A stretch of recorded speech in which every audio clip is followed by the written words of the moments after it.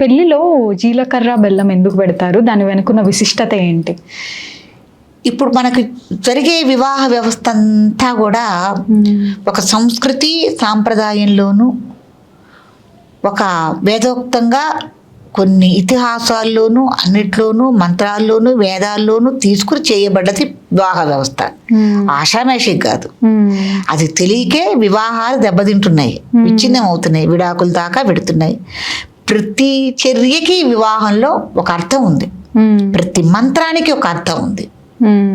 ఏమ్మా, దాంట్లో జీలకర్ర బెల్లం అని అంటే బెల్లాన్ని ఎప్పుడైనా మెత్తగా చేసి దాంట్లో జీలకర్ర కలిపితే దాన్ని మళ్ళీ మనం విడదీయాలంటే విడదీయలేం.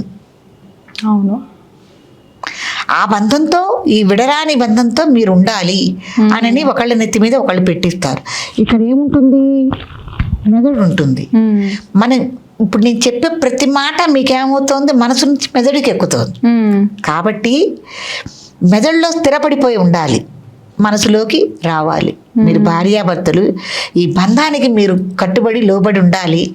ఈ విధానంలో ఏవైతే మంత్రాలు చెప్తున్నామో, ఏ విధానాలు అయితే మేము చేస్తున్నామో వాటన్నిటినీ చూచా తప్పకుండా మీ జీవితకాలం మీరు ఆదర్శ దాంపత్యంగా ఇది పండించుకోవాలి, దీనికి కట్టుబడి ఉండాలి అని చెప్పటం ఇదంతా.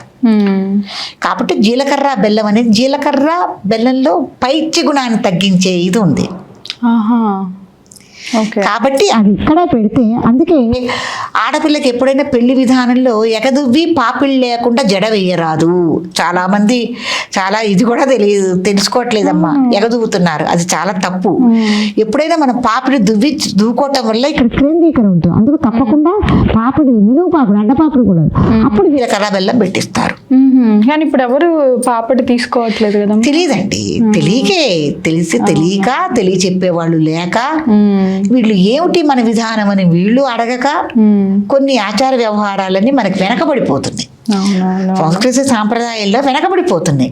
ఈ హడావుడి జీవితంలో చెప్పినా కూడా వినని కొంత మనస్తత్వాలతో, లెక్క చేయని మనస్తత్వాలతో వెనకబడిపోతున్నాయి. కాబట్టి జీలకర్ర పెట్టడంలో అంతా గొప్పతనం ఉంది.